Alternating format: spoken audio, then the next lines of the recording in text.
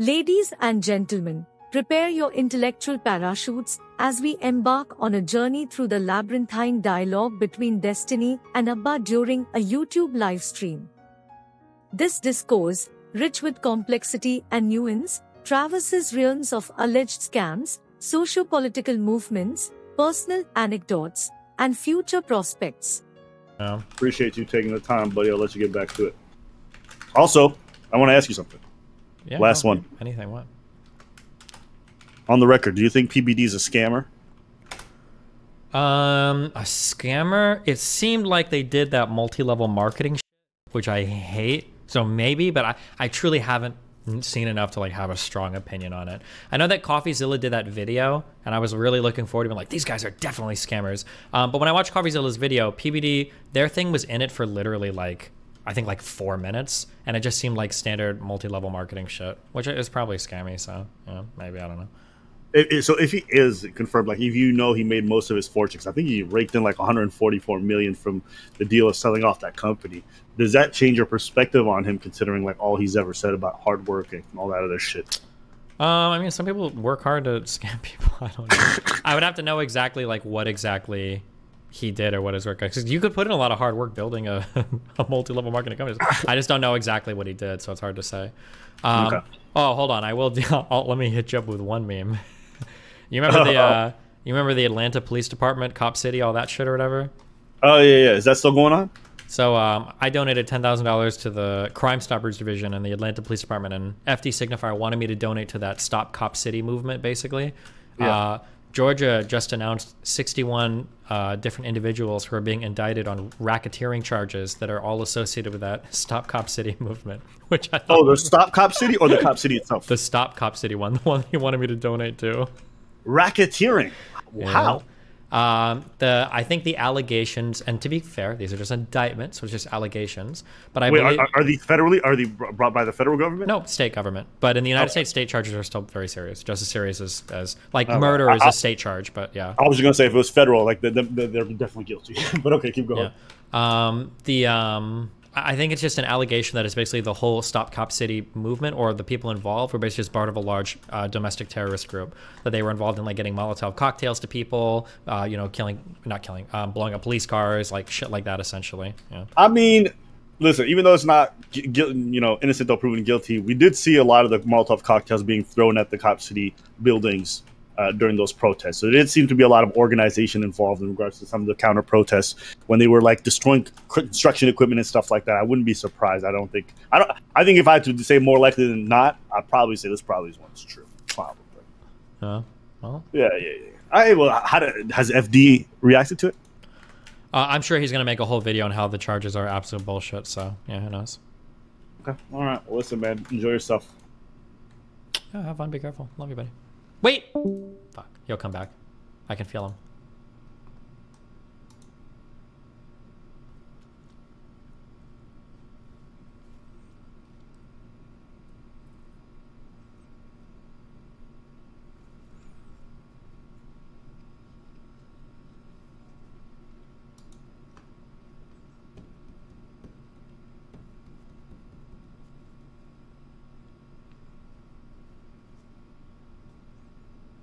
He's not coming back. Fuck.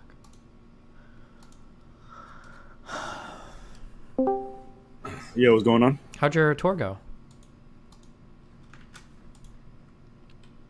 I can't hear you if you're talking. How did your tour go? Oh, I did 3 cities. I did Detroit, Pittsburgh, Washington. Pretty much sold out all the shows. That was good. So now we're doing now that we got the testers out and we got the evidence, then we can just start booking the rest of the dates in winter. Oh, cool. It was good. I actually met some DGG fans, I think, in Pittsburgh and Detroit, too. Oh, cute. Okay. Yeah, they came out pretty cool. Yo, I will say, yeah, I thought I'd visited quite a few parts of America. Detroit was something else. That has got to be the ugliest city I have ever seen.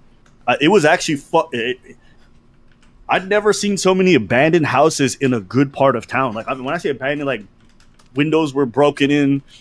Everything was boarded up. It was fully abandoned. Like, it looked like a haunted neighborhood, and that was a good part of town. It was fucked up.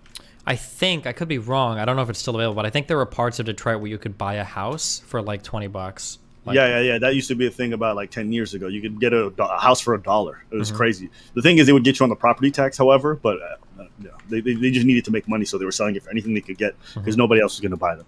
But yeah, when you drive around, it's super eerie, and I didn't know if a lot of the Midwest was like that. But Detroit was particularly fucked. I know Detroit's not technically Midwest; it feels more East Coast, but I feel like it's close enough. Mhm. Have you been to Detroit? I have been actually, yeah.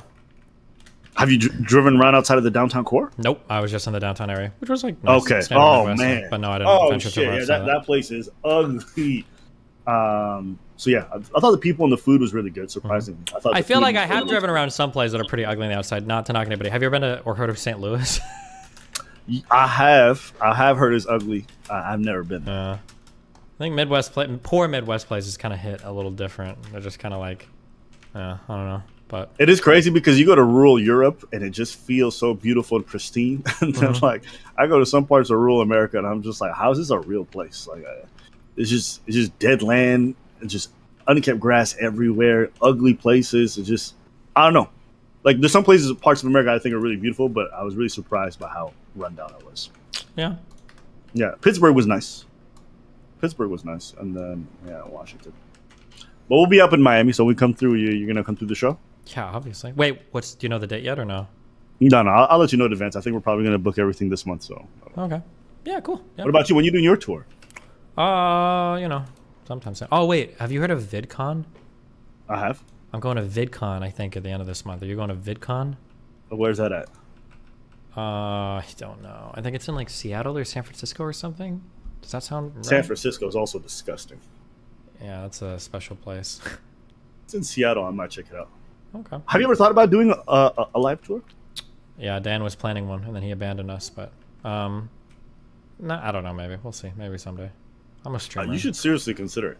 Yeah. And I'm saying this like, have you talked about the financial aspect of it, and then also the audience aspect? No, I know it could be fun. I'm aware of that. Yeah. Okay.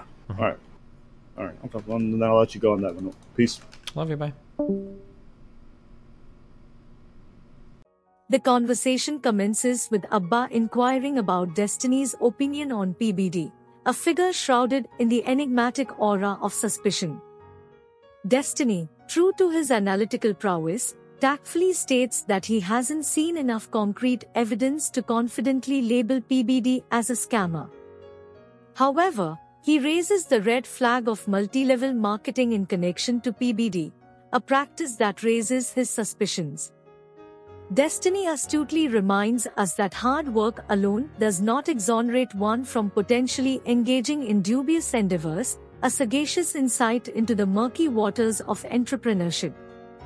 With the deftness of a maestro, Destiny orchestrates a shift in the conversation towards the Stop Cop City movement, a topic rife with controversy and intrigue. He delves into the intricacies of his past donation of $10,000 to the Crime Stopper Division, a gesture that bore the unmistakable aroma of defiance. His actions, in opposition to the YouTube essayist F.D Signifier, who ardently supported the Stop Cop City movement, unveiled a glimpse into the clash of ideologies within the digital sphere. As the dialogue unfolds, the allegations of the Stop Cop City movement's involvement in domestic terrorism loom large. Destiny, with a discerning eye for patterns, muses on the possibility of veracity in these accusations, given the visible acts of destruction observed during protests. His contemplative stance urges us to scrutinize the interplay between activism and extremism, an ever-pressing concern in the contemporary socio-political landscape. The conversation elegantly concludes with an interlude on aesthetic conditions and urban metamorphoses, where Abba's recent tour with his partner Preach takes center stage. Their contemplation on cities like Detroit and Pittsburgh offers a glimpse into the evolving urban tapestry and the potential for renewal in seemingly desolate spaces. Destiny's candor in discussing his possible live tour and upcoming attendance at VidCon hints at an exciting future filled with interactive engagements. The cities of Detroit and Pittsburgh, once industrial powerhouses, have undergone remarkable transitions in recent decades. These cities, once synonymous with manufacturing and heavy industry, faced economic hardships and population declines as industries shifted or disappeared altogether. Abandoned factories and deteriorating infrastructure became iconic symbols of urban decay, casting a shadow over their once thriving landscapes. However, Destiny and Abba's discussion hints at a different narrative, one of resilience, adaptation, and the potential for renewal. These cities have not merely succumbed to their challenges, but have embarked on a journey of reinvention.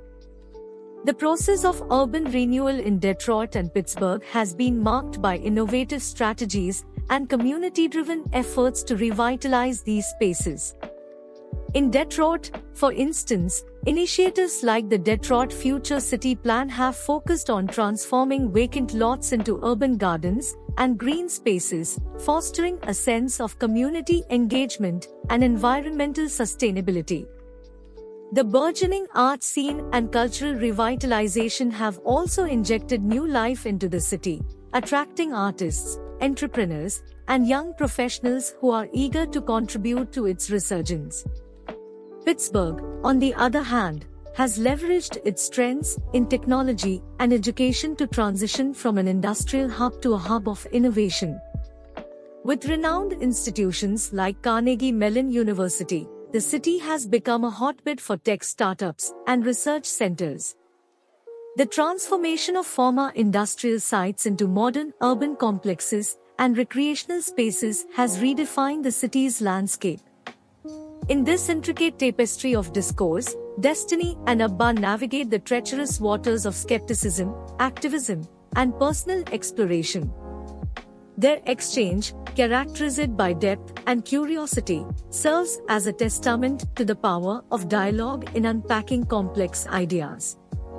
As we disembark from this intellectual odyssey, we are left with a richer understanding of the multifaceted world we inhabit and the potential for transformative conversations to shape our perspectives.